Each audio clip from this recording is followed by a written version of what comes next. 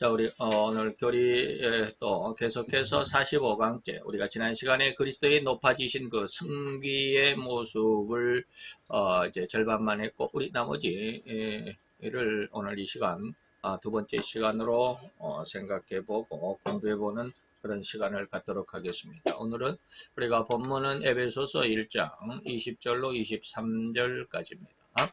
우리 같이 에베소서 1장 20절로 23절까지 같이 봉독하도록 하겠습니다.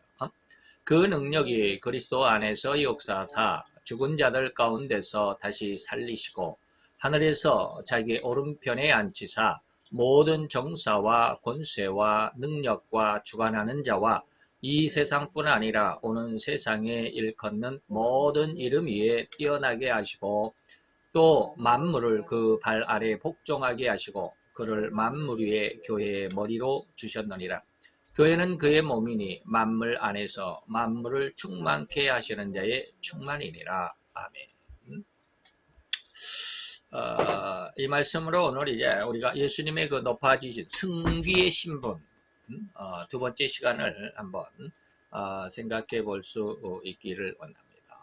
자, 우리가 두 번째 예수님의 높아지신 신분은 우리가 지난 시간에 이제 부활해서 그 다음에 승천 하늘 올라가심과 그리고 승천하셔서 하나님의 우편 보좌에 계시는 것과 그리고 이제 재림하실 왕의 그 권위까지. 그래서 우리가 지난 시간에 부활과 승천에 대한 것을 보았고요. 거기에 대해서 우리가 그 문제를 한 세 문제 풀었죠. 나머지 문제를 한번 보도록 하겠습니다. 네 번째 문제입니다. 그리스도 예수가 승천하심으로 우리에게 주는 것이 어떤 유익이 있을까? 예수님이 승천하셨다라는 것과 나와 무슨 상관, 나에게 또 무슨 이득, 무슨 어떤 뭐라 그럴까, 상급이 주어지겠느냐라고 하는 것이죠. 예수님이 천국에 승천하셨다라고 하는 거, 그것으로 다시 한번 요한복음 17장 24절에는 뭐라고 기록을 하고 있느냐면 아버지가 내게 주신 자도 나 있는 곳에 나와 함께 있도록 하옵소서 이러죠. 예수님께서 오늘 요한복음 17장은 예수님의 그 유언장과도 같은데 하나님 앞에 기도하는 그런 내용 중에서 24절에 보니까 오늘 하나님께서 내게 주신 자 또 예수의 이름의 의미 자기 백성이죠. 저희 죄를 자기 백성 자기 백성을 저희 죄에서 구원할 자다. 자기 백성으로 삼은 자, 곧 성도들을 나 있는 곳은 뭐 예수님이 있는 곳은 어디? 하늘로 올라가셨다고 그랬잖아요. 우편보좌에 앉히셨다고 그랬잖아요. 나 있는 곳에 나와 함께 있도록 해 주십시오. 라고 하나님 앞에 기도하는 중보의 기도를 하고 있죠. 그리고 쭉 이야기하시다가 내게 주신 나의 영광을 저희로 보게 하옵소서. 예수님의 영광은 뭘까요? 만물 위에 영광. 그래서 모든 세상 만물을 그 이름, 그 발 아래에 무릎을 꿇게 하시겠다. 뭐 이런 내용이죠. 에베소서 2장 6절에 보니까 또 함께 일으키사 예수님의 부활을 따라서 우리 성도들도 부활케 되는 이 말이죠. 그리스도 예수 안에서 어떻게 한다? 함께 하늘에 앉히신다. 천국에 우리로 인도한다라는 뜻이겠죠. 자, 여기서 저는 이제 이렇게 하늘나라에서 우리에게 영광을 보여주신다. 이것은 뭡니까? 하나님께서 세상을 주관하신다. 세상의 모든 천하 만국과 그 모든 명예와 영광까지도 하나님이 주관하신다. 라고 하는 그런 것이겠죠. 그리고 우리에게 주어질 분깃에 앉혀주신다. 천국에서 우리에게 분깃, 행한 대로 보응받는다. 이 세상에서 어느 정도의 신앙을 유지했느냐, 그리고 그 신앙을 어느 정도 하나님 앞에 순종했느냐에 따라서 그만큼 보상해 주신다. 이 말이죠. 그래서 주어질 그 분깃에 따라서 우리의 그 자리가 또 정해질 것입니다. 다시 말하면 크고 작은 어떤 상급이 있다라는 것입니다. 큰 상급을 받을 자도 있고 5달란트 받은 자는 5달란트를 더 5고울을 2달란트 받은 자는 2고울 다스리는 권세. 이런 것이 바로 그 어떤 하나님의 어떤 그 편애가 아니라 행한 대로 보응하시는 정확한 상급이다라고 하는 것이죠. 그래서 그 성도는 예수 그리스도의 십자가의 죽으심과 함께 죽음을, 멸망의 죽음을, 죄의 죄값인 멸망의 죽음을 경험하고 그리스도의 부활하심과 함께 부활했다. 더욱이 이 그리스도의 승천하심과 함께 우리가 승천할 자격을 얻게 됐고요. 나아가서 영원한 세상의 천국에서 예수님과 함께 영원한 삶을 살아갈 수 있도록 하시는 약속. 이것이 바로 예수님의 부활 그리고 승천하심에 대한 우리에게 주신 하나님의 어떤 그 예표적인 예고편적인 약속이다라고 하는 것이죠. 다섯 번째를 봅시다. 하나님의 우편에 계신 그리스도는 어떤 의미가 있을까? 우리가 지난 시간에도 말씀을 드렸죠. 하나님의 우편은 뭐예요? 어떤 장소적이긴 하지만 의미적으로 어떤 무엇이 있다? 하나님의 권능이라고 하는 것이죠. 그래서 누가복음 22장 69절이지만 하나님의 권능이다라고 하지만 계시록 1장 5절에도 하나님의 교회의 모든 그 목회자들을 오른손으로 굳게 붙들고 있다. 7뼈를 붙들고 있다라고 그런 말씀 권능이다라는 말씀을 드렸습니다. 그래서 하나님의 권능을 상징하는 우편에 앉아 계시는데 이는 재림 때까지 제사장으로서 주님의 백성 성도들이죠. 성도들 위해서 기도하시다가 재림 때에는 만왕의 왕의 그 권세를 가지고 온 세상을 심판하실 심판주가 되시는 그런 의미로 하나님의 우편 보좌에 앉아 계신다. 다섯 번째 2번입니다. 5-2번. 하나님의 우편에 계시는 예수님의 의미. 에베소서 1장 오늘 본문입니다. 20절로 23절의 내용을 쭉 보면 제가 21절과 23절 전반부를 이렇게 조금 강조해서 드렸는데 읽어보면 예수님이 하나님의 우편 보좌에 앉으셨다라고 하는 것은 모든 정사와 권세와 능력과 주관하는 자. 에베소서 1장을 우리가 한번 배웠죠. 뭐 다는 안 배웠지만 정사는 어떤 그 구역 그리고 권세는 그 구역을 다스리는 그 어떤 세력 그 힘이다라고 하는 것이죠.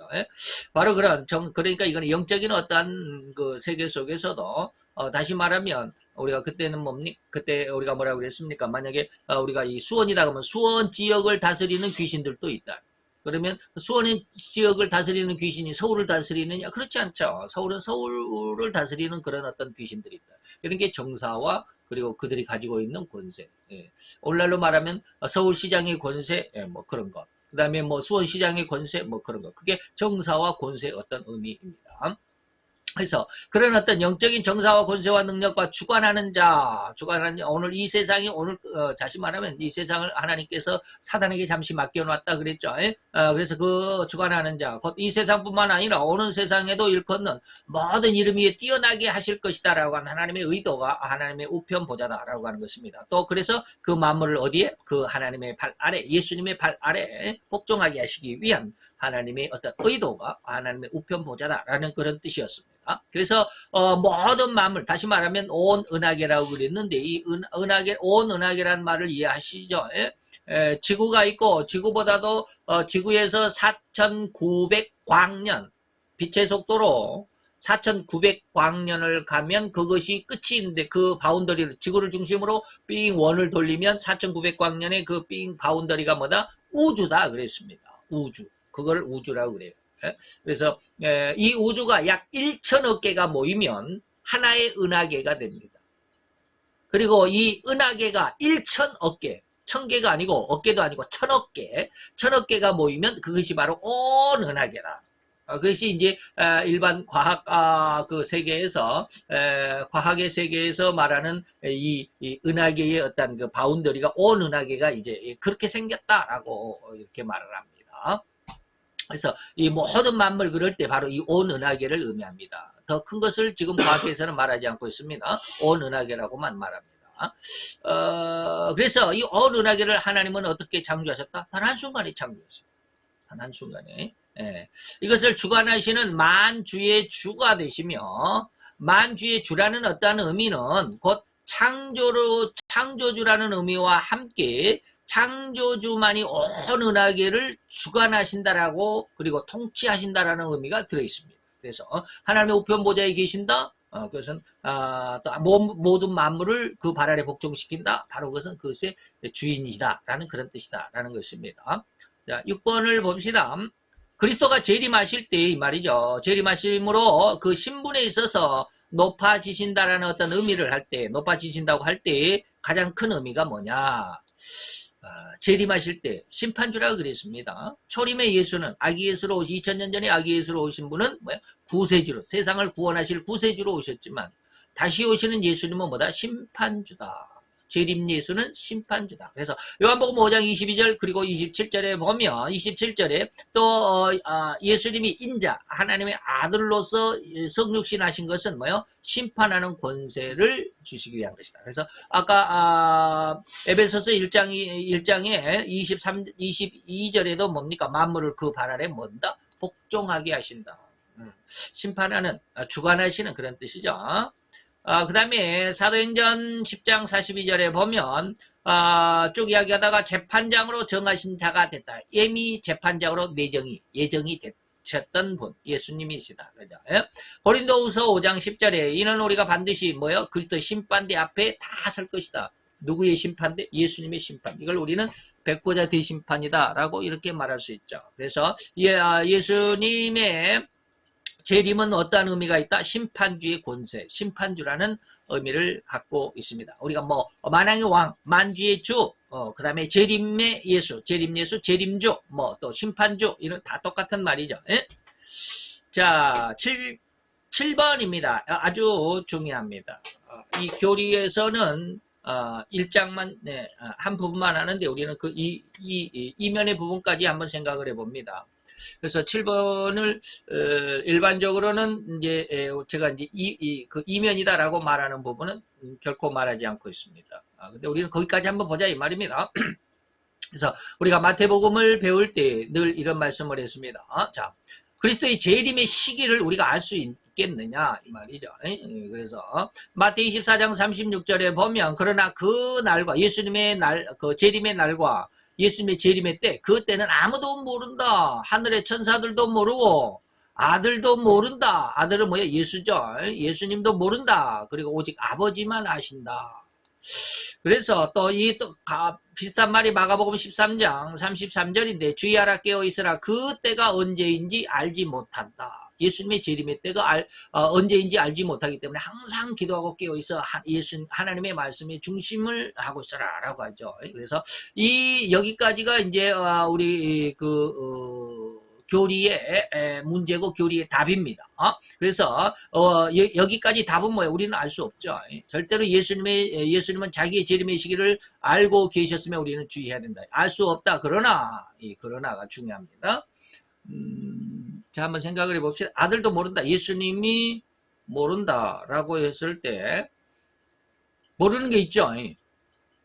하나님의 삼위일체 하나님의 특성 중에 제1, 제2가 뭐예요?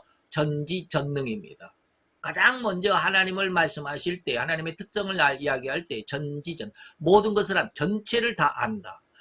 그리고 모든 능력이다. 전체의 능력이다. 전능입니다. 근데 여기에 보니까 아들도 모른다 그러죠.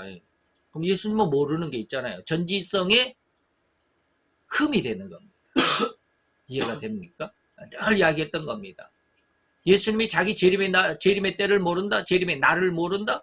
그럼 예수님은 전지성에 흠이 되는 거죠. 그러면 전지성에 흠이 된단 말은 하나님이 아니라는 뜻입니다. 하나님이 아니라는 뜻입니다. 그러면서 우리는 예수님을 하나님이라고 또 고백을 하죠.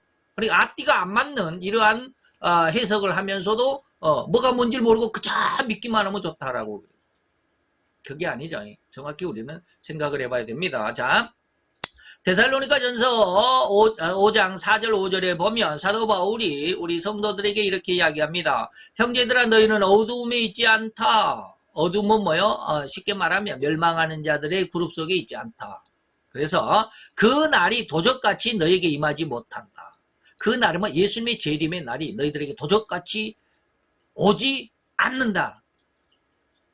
그럼 예수님의 재림의 날은 안다라는 뜻이잖아요. 네. 자, 그때가 언제 일는지 너희들은 알지 못한다. 이 말만 붙들어 버리면 사도 바울의 데살로니가 전서, 그 다음에 데살로니가 후서가 종말론인데 이 말을 전적으로 부인하고 반대하는. 그래서 앞뒤가 잘 조화를 이루어야 된다. 왜 예수님은 모른다고 그랬느냐. 이런 것도 우리가 알아야 되겠죠. 그래서 예수님의 재림의 날은 절대로 도적같이 우리에게 임하지 않습니다. 밤에 어둠에 있는 자들에게만 도적같이 임합니다. 그래서 그 말이 뭔 말이면 또 다른 말로 하면 구약 성경 아모스 선지자의 3장 7절에 보면 주 여호와께서는 자기의 비밀을 그 종 선지자들에게 보이지 아니하고서는 뭐한다? 결단코 행하심이 없다. 그러니까 그 종 선지자들에게 알려주신다, 안 알려주신다? 알려주시고 하신다. 내가 언제 이렇게 할게 라고 미리 알려주고 하나님은 그때가 되면 그렇게 하신다라는 겁니다. 마태복음 24장 45절, 아니 15절입니다. 앞에서 우리는 마태복음 24장 36절을 보았습니다. 36절에는 뭐 아들도 모르고 오직 아버지만 안다라고 그랬는데 15절에 보니까 그러므로 너희가 선지자 다니엘에 말했다. 다니엘이 이미 말했다.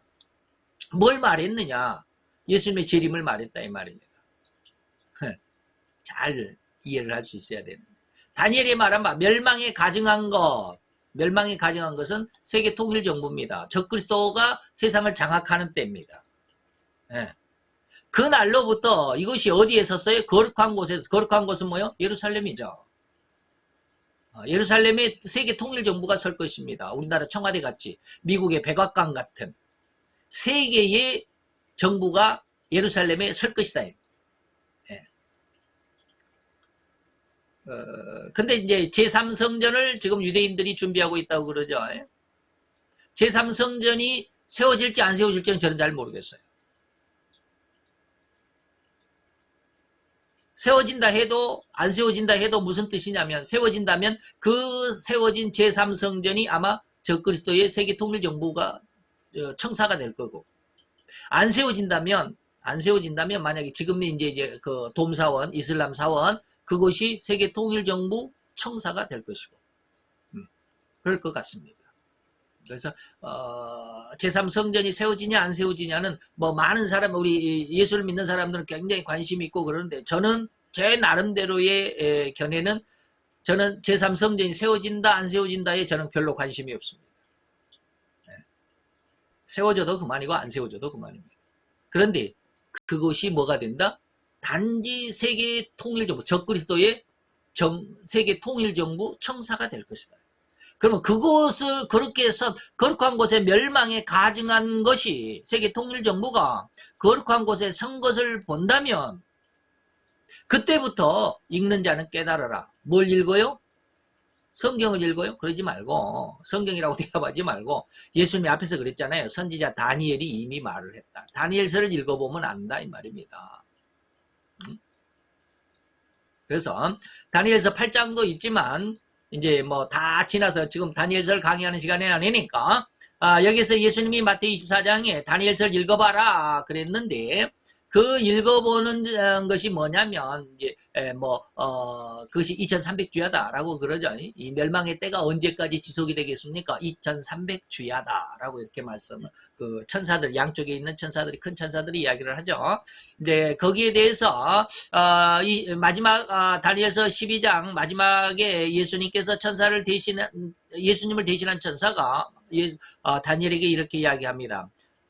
많은 사람이 연단을 받아 스스로 정결케 하게 될 것이다. 예. 예.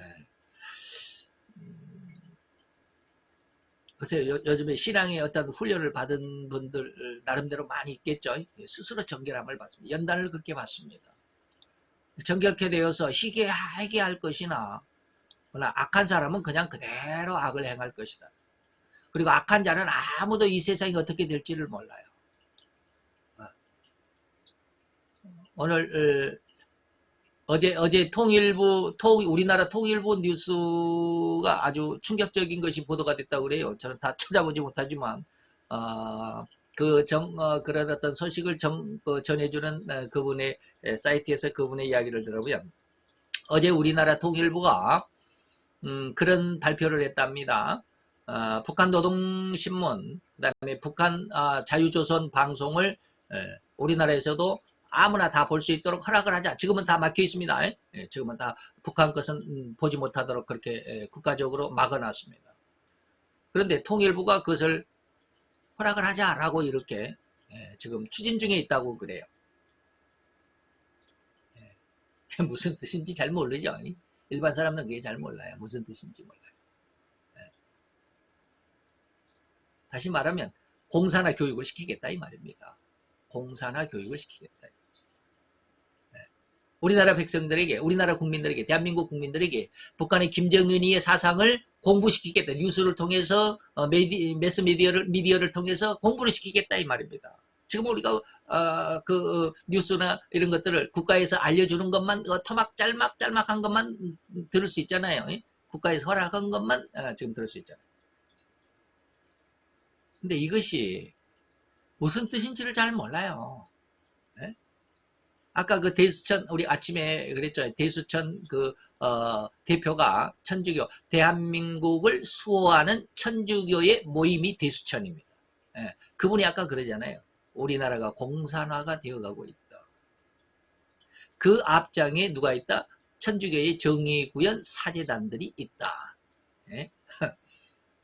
제가 그거 앞에 한 1분 정도 보이다가 나중에 그 한 4분짜리인데 4분만 제가 이렇게 짤막하게 딱 끊어놓은 것에도 끊어놓은 것임에도 불구하고 제가 앞에 조금만 이야기를 했는데 그 정의구현 사제단인가요? 그 천주교 신부들 정의구현 사제단들 그 사람들이 100몇십 명이 1차, 뭐 100몇 명이 또 2차, 그 다음에 70몇 명이 3차, 3번 북한을 그렇게 방문했다 그러죠. 그래서 뭐 그 사람들이 갔다 올 때마다 우리나라에 아주 큰 사건들을 일으켰답니다. 제주도 해군기지 반대하자 뭐 이런 거 또 뭐 하고 막 그랬다 그러는데 저는 잘 모르겠어요. 근데 관심이 잘 없어서 그 관심을 가져야 되는데 좌우지간 세상이 어떻게 하냐 우리나라가 분명히 공산화가 될 가능성이 있습니다. 늘 그러죠. 이러한 가중에 엄청난 다툼이 있을 것이고 우리나라뿐만 아니라 전 세계가 공산화가 될 겁니다. 공산화라 그러면 좀 이상하고 정확하게는 뭡니까? 무신론화가 됩니다. 네, 무신론화가 됩니다. 공산화는 무신론자들이 공산주의자가 아닌 사람들도 있어요.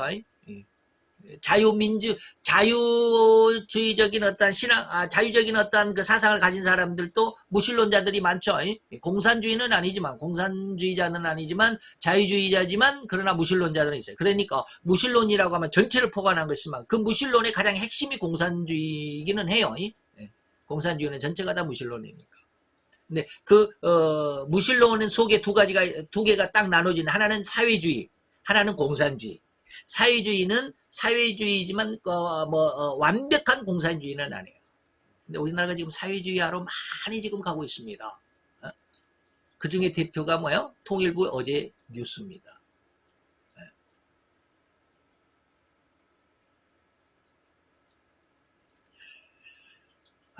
근데 악한 자를 이야기하면서 왜 제가 이런 이야기를 하느냐면 악한 자는 아무도 예수님의 재림의 때를 깨닫지 못한다 그러는데 그들이 좋아서 그것이 그들의 사상이 엄청나죠. 그래서 가만히 보니까 정말 심각하죠. 전라도 영광의 무슨 여고 그다음에 어디 담양인가 어딘가 중학교 이런 데서 굉장한 축제들을 하더라고요. 사회주의야 축제예요.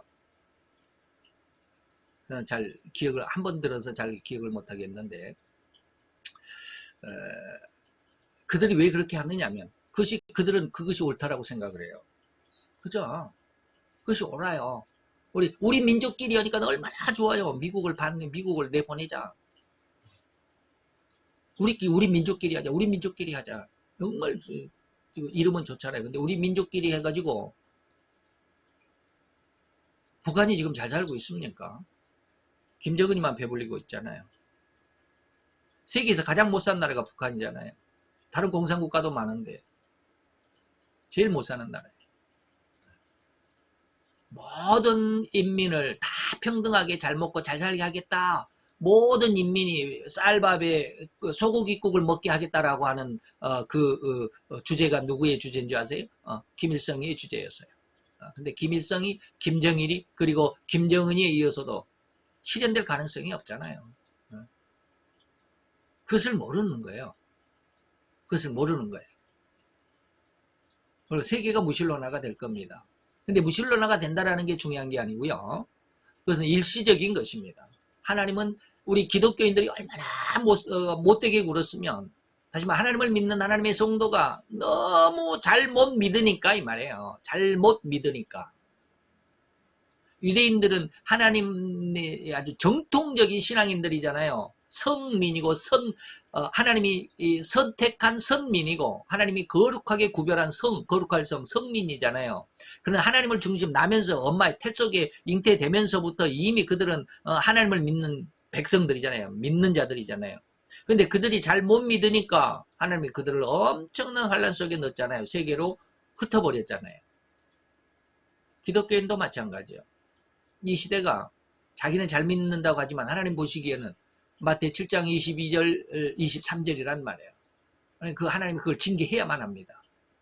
잘못된 거. 우리도 우리 자녀들 잘못되면 징계하잖아요. 그 징계가 바로 세계가 무신론화가 돼서 기독교인들이 엄청 호되게 혼이 나는 겁니다. 그리고 하나님이 그들을 용서하시는 겁니다. 누구를? 기독교인들을 용서하지 지금 무신론자들을 용서하겠습니까? 근데 이것이 바로 세계의 흐름입니다. 하나님이 지금 세상을 운영해 가시는 흐름이죠. 근데 이것은 누구는 악한 자는 결코 하나도 깨닫지 못해요. 오직 뭐가 있다? 지혜 있는 자, 예수를 아는 자만이 깨닫리라. 그러니까 그때가 언제냐? 매일 드리는 제사를 패하게 할, 여기서는 다니엘서 12장에서는 뭐예요? 멸망케, 제사를 패하는, 하나님 앞에 예배를 그치게 하는 멸망케 할 미운 물건이라고 그랬죠. 그런데 이거 마태복음 24장 15절에서는 뭐라고 그랬습니까? 이것이 멸망에 가증한 것이라고 조금 말이 좀 바뀌어 있죠. 단어가. 멸망케 할 미운 물건이라고 다니엘은 이야기하고 있고, 예수님은 이것을 멸망에 가증한 것이라고 이렇게 조금 그 표현만 다르지만 같은 말입니다. 그래서 미운 물건이 세상을 멸망케 할 미운 물건이 세울 때부터 이들의 날이 얼마라고요? 1150일입니다. 이들이 활동한 기간이 1150일입니다. 그런데 여기는 1290일이 있습니다. 그러니까 1150일보다 약 한 110일 플러스 30일. 그러니까 110일, 130일, 130, 110일, 30일, 140일, 140일. 미운 물건이 거룩한 곳에 예루살렘의 그 세계 통일 정부 청사가 딱 서는 그날부터 정확히 140일이 지나면 110일이 지나면 그 청사는 기능이 폐쇄가 될 겁니다. 그리고 나머지 이제 45일, 110일, 45일, 30일. 45일, 45일은 뭡니까? 예수님을 기다리는, 이제 조금 나중에 그거 더 자세히 하겠지만, 청소기간입니다. 청소기간이 뭐냐? 지금 말씀드리지 않겠습니다. 예전에 다 했으니까. 자, 그래서 1290일이 바로 그날이고요. 1290일보다 더 지나서 335일이다. 1335일이다. 45일이 더 지납니다. 45일이 더 지납니다. 그러니까 미운 물건이 서면 그때로부터 가운데 1290일은 이제 우리가 그 가운데 있으니까 놔두고 1335일 이 지나면 3년 반, 한 4년이 좀 안 되면 이 말이에요. 4년이 좀 안 되면 4년이 좀 안 되나요? 좌우지간 그렇습니다. 3년이 1260일이거든요. 딱 3년 반이 1260일이에요. 그러면 거의 40일이니까 4년이 조금 안 돼요. 4년이 조금 안 되는 날 예수님의 재림이 있을 거예요. 그날에 그때까지 세상에 아직 남아있는 사람들은 복이 있을 것이다. 천국에 살아서 입성하는, 죽지 않는 복이 임합니다. 물론 그 안에 죽은 사람들은, 예수 이름 안에서 죽은 사람들은 순교자가 되죠. 그래서 자 봅시다.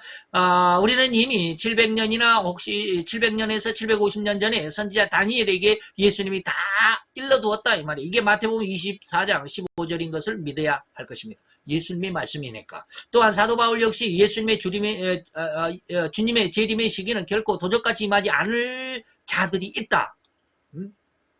아모스 선지자는 결코 그 날을, 예수님의 재림의 날을 알려주신다라는 것을 우리는 반드시 굳게 믿고 성경 연구에 열심을 다해야 할 것이다.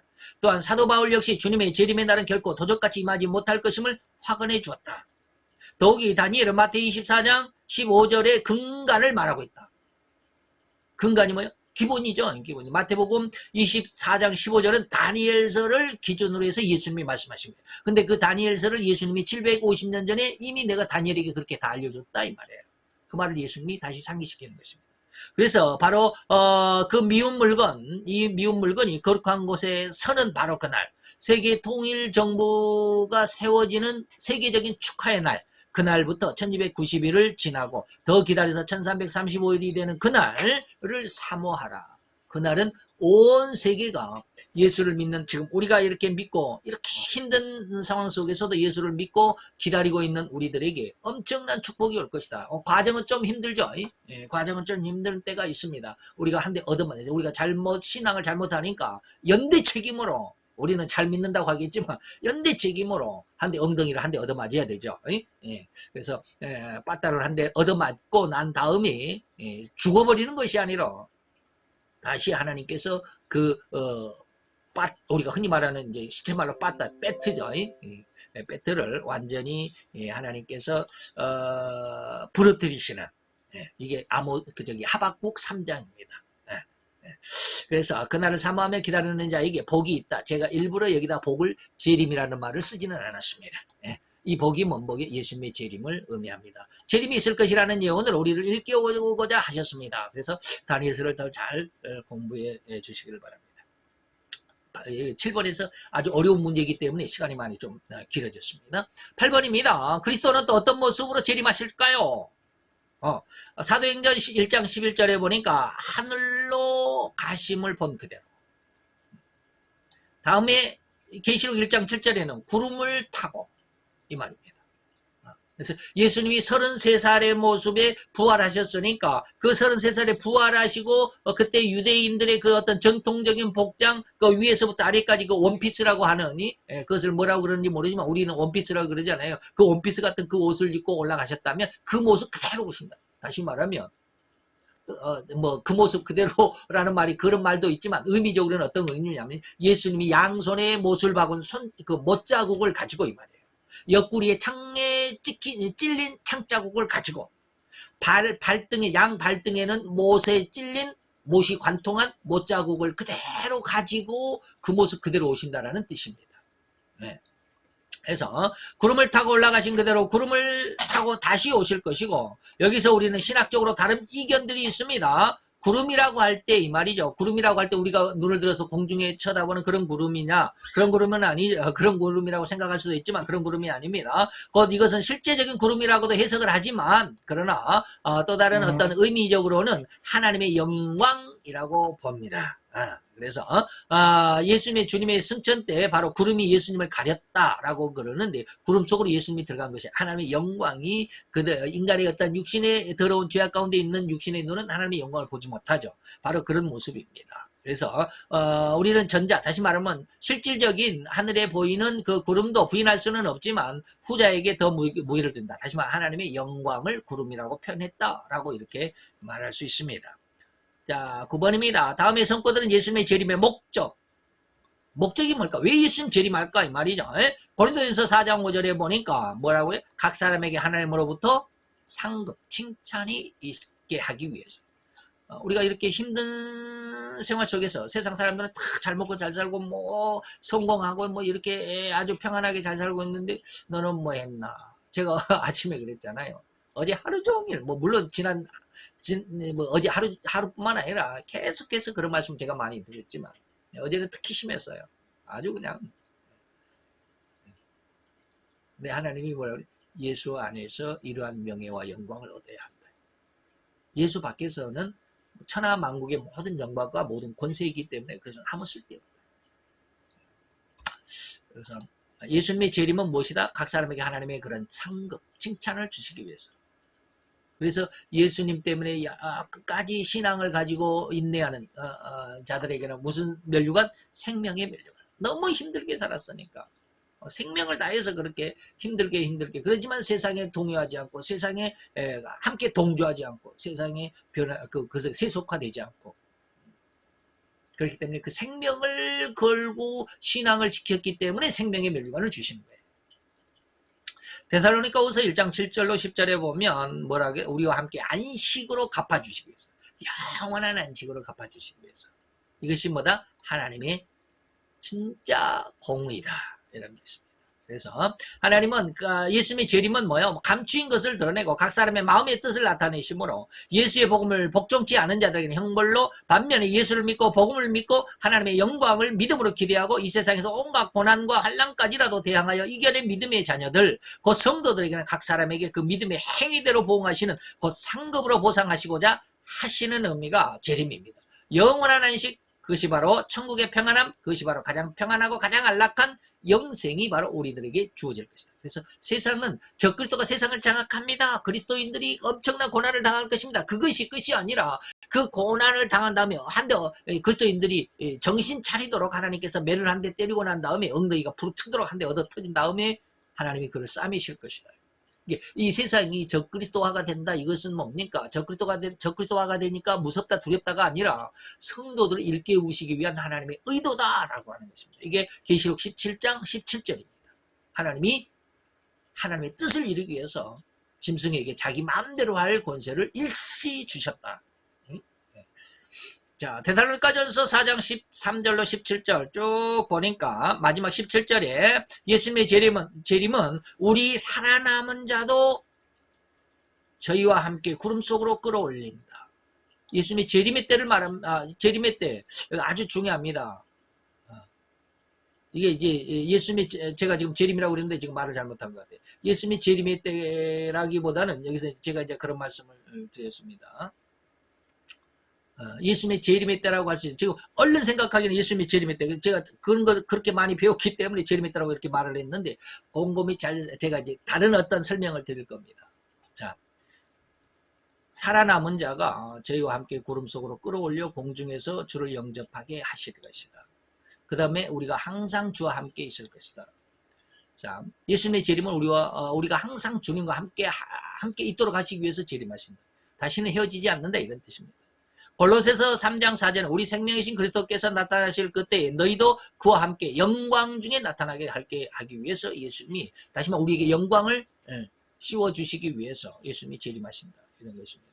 자, 첫 번째 결론은 오늘 교리책에서 원하는 답이 바로 첫 번째 1번 결론입니다. 우리도 저와 함께 예수님과 함께 구름 속으로 끌어올려져 항상 주와 함께 있게 될 바로 그것을 그래서 이것을 많은 사람들이 휴거다라고 이렇게 이야기를 합니다. 다시 말하면 오늘 데살로니가전서 4장 17절 제가 이제 말을 좀 잘못했다라고 그랬는데 항상 이것을 휴거로 배웠기 때문에 제가 그 말이 불쑥 튀어나왔는데 자, 어떤 의도가 있는지 제 어떤 생각을 한번 이렇게 봅시다. 자, 17절에 뭐라고 그랬느냐? 우리 살아남은 자도 저희와 함께 구름 속으로 끌어올려 공중에서 주를 영접하게 하실 것이다. 예수님을 영접하게 하신다. 이 말을 어떻게 보든지 간에 예수님의 재림 때 성도들은 휴거돼서 예수님을 영접할 것이다 라고 볼 수밖에 없겠죠. 그러나 이것이 그래서 이것을 많은 우리 정통적인 성경학자들입니다. 비정통이 아니라 정통적인 해석이 공중휴거다라고 이렇게 말합니다. 그러나 저는 이 견해와 조금 달리합니다. 그래서 제 말은 뭐냐면 여기서 성도들이 공중으로 끌어올려라는 대목에 공중휴거의 상황이 아니라 무엇이다? 주님의 천년왕국이 끝난 이후 이 세상에 우리가 밟고 있는 이 지구와 우주는 없어지고 하나님으로부터 새하늘과 새 땅이 우리에게 주어지게 되는 바로 그 상황. 세상이 없어지니까 우리가 공중에 붕 떠 있잖아요. 이 지구가 없어지니까. 지구가 없어지니까 우리도 그냥 어디 밑으로 그냥 쑥 나락으로 떨어져 버립니까? 우리 생각은 그렇죠. 근데 하나님께서 우리를 공중에 붕 뜨게 하실 수도 있습니다. 왜? 언제까지? 새하늘과 새 땅을 주게 될 때까지. 그게 이제 계시록 20장입니다. 계시록 21장 1절로 2절이죠. 하나님으로부터 하늘로부터 새하늘과 새 땅이 우리에게 내려오고 있다. 그때는 이제 뭡니까? 천년왕국에 들어갈 때는 전부 거의 영화체입니다. 영화체입니다. 육신으로는 천국에 들어가는 게 육신으로는 허용되지 않고 천국에 천년왕국에 들어갈 때 하나님께서 전부 변화시킨다고 했습니다. 영화체로. 그렇기 때문에 시간과 공간, 공중에 붕 떠 있는 상태입니다. 시간과 공간의 제약을 받지 않습니다. 그때 지구가 없어지면 우리는 새하늘과 새 땅이 우리에게 주어지는 그 순간, 그 짤막한 순간 우리는 공중에 붕 떠 있습니다. 얼마나 될지는 시간적으로는 저는 잘 모릅니다.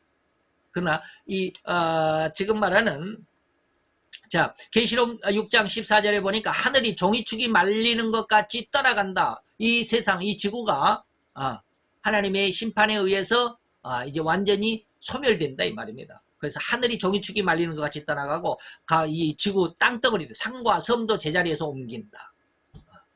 그러면서 21절에 가보니까 또 내가 새 하늘과 새 땅을 보니까 처음 하늘과 처음 땅은 없어졌고 바다도 없었다. 이것은 뭐예요? 우리가 지금 밟고 있는 이 지구를 말하죠. 처음 하늘과 처음 땅 그리고 바다.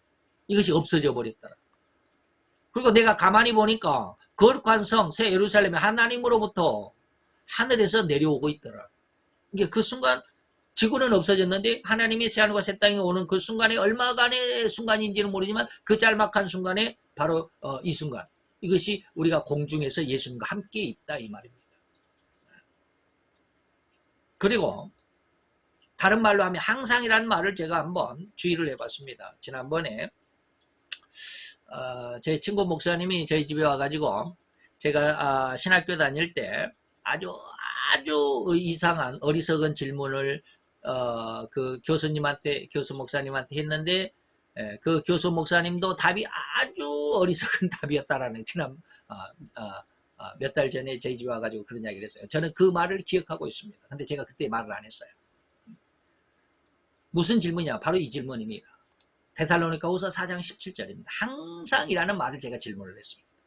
왜? 그때 저는 이제 저희 스승 목사님의 가르침 속에서 이 재림의 상황에 대해서 의미를 알고 있었기 때문에 만약에 휴거가 된다면 휴거 속에서는 항상 예수님과 함께 있지 않죠.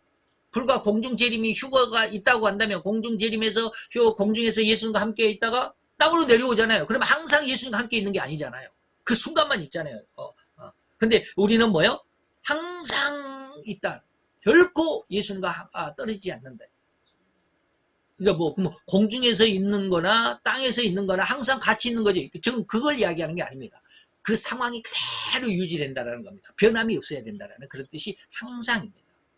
그래서 이 단어를 제가 원문으로 찾아보니까 판토레라는 말로 이 원어가 기록이 되어 있고 신약 성경에 41회가 쓰여졌다고 그래요. 그래서 이 말은 뭡니까? always, 항상이라는 뜻입니다. 변함이 없다라는 뜻이에요. 물론 어떻게 생각하면 이 집에 있다가 저 집에 같이 가는 것도 항상 있는 것이 아니겠나 뭐 그럴 수도 있지만 저는 이제 어떤 그 위치적인 어떤 상황과 그 상황 현상 이런 어떤 것들이 다 그대로 유지가 되어야 된다는 그런 어떤 의미를 가지고 제가 물었습니다. 항상 함께 있다고 그랬는데 왜 공중에서 있다가 또 지상으로 내려오는데 항상이 아니지 않느냐라는 그런 어떤 질문을 했는데 좀 어리석은 질문이었기는 하지만 제 의도는 그랬습니다. 그래서 끝이 없다라는 말 이것이 단어로 해서 그래서 이 결론 세 번째는 제 어떤 개인적인 어떤 그런 어떤 좀 남들이 이해할 수 없는 그런 어떤 견해이기 때문에 그냥 참고로 생각을 해줘도 되고 뭐 잊어버려도 괜찮습니다. 그러나 두 번째는 절대적이라고 우리가 볼 수 있습니다. 그래서 공중으로 끌어올려 갔다라고 하는 것은 예수님의 재림의 상황이 아니라 영원한 그 천국, 천년왕국이 끝나고 영원한 천국으로 가는 그 어떤 과정. 그 속에서 우리가 잠깐 공중에 머물러 있을 것이다 라는 그런 해석으로 해도 결코 과언은 아니에요. 그런 상황이 될 것이라고 하는 것을 잘 한번 생각을 공부를 잘 하시고 오늘 말씀은 예수님의 그 승귀, 예수님의 높아지신 그 어떤 그 신분의 이 모습을 생각을 해봤습니다. 우리가 다음 시간에 다시 한번 교리적으로 우리 신앙을 잘 세워갈 수 있는 또한 시간을 기대를 하면서 기도합시다. 할렐루야. 주님 여호와 주께 감사함을 드리나이다. 주의 영광으로 말미암아 아름답고 귀한 자들 오늘 이 시간도 주의 말씀 앞에 있어서오니 우리의 죄와 지식 그리고 또 우리의 청구와 명철이 진정 하나님께서 우리에게 주장하시는 하나님의 그 주장하심 속에 아름다운 하늘의 것으로 충만케 되는 청기가 되고 청명이 되고 또한 지혜와 지식이 될 수 있도록 주님 축복하시고 은혜를 도와야 주옵소서. 오늘도 아버지의 일부 어려운 문제가 있었지만 다시 한번 우리가 생각할 수 있는 귀한 시간을 가졌고 그 속에서 우리의 지혜가 넓어지며 하나님의 말씀을 받아들이는 우리의 마음이 넓어질 수 있는 귀한 은혜의 역사가 이루어지는 이 시간이 된 줄로 믿고 감사함을 드리나이다. 우리 주님의 역사하심이 또한 계속해서 우리로 함께 하실 줄로 믿고 예수 그리스도의 이름으로 감사와 기도드려 싸움나이다.